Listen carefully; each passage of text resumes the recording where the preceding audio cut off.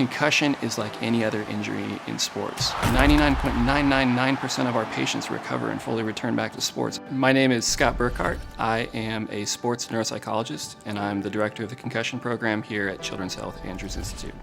Football is the predominant contributor to concussion injuries. However, we're finding that when you look at same-gender sports like soccer, baseball, softball, females are actually disproportionately experiencing more concussion injuries in those sports than males. We also find that there's this pocket of female cheerleading injuries, which is also quite a bit larger than I think previously thought or previously expected. Concussion is actually a very treatable, manageable injury. Some of the things that go on from a treatment standpoint include things like vestibular therapy. So we may give them specific head-eye movements that are going to recondition these pathways in the brain which have been disrupted. We also may give them ocular motor tasks in which we're keeping their heads still but working on specific eye movement.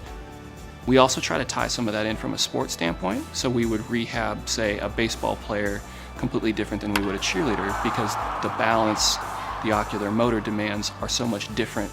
If you believe you've sustained a concussion as an athlete, there's really three main pillars that we want to focus on. One is early access. The quicker we see that concussion come into the clinical setting, the quicker it's going to get better, every single time. The second thing is go see someone who is highly trained, well-trained, or at least spends the majority of their time clinically seeing concussions. And then the third thing is I would say that this thing's not scary. It's a very manageable, treatable injury where our patients recover and fully return back to sports, and we never see them again.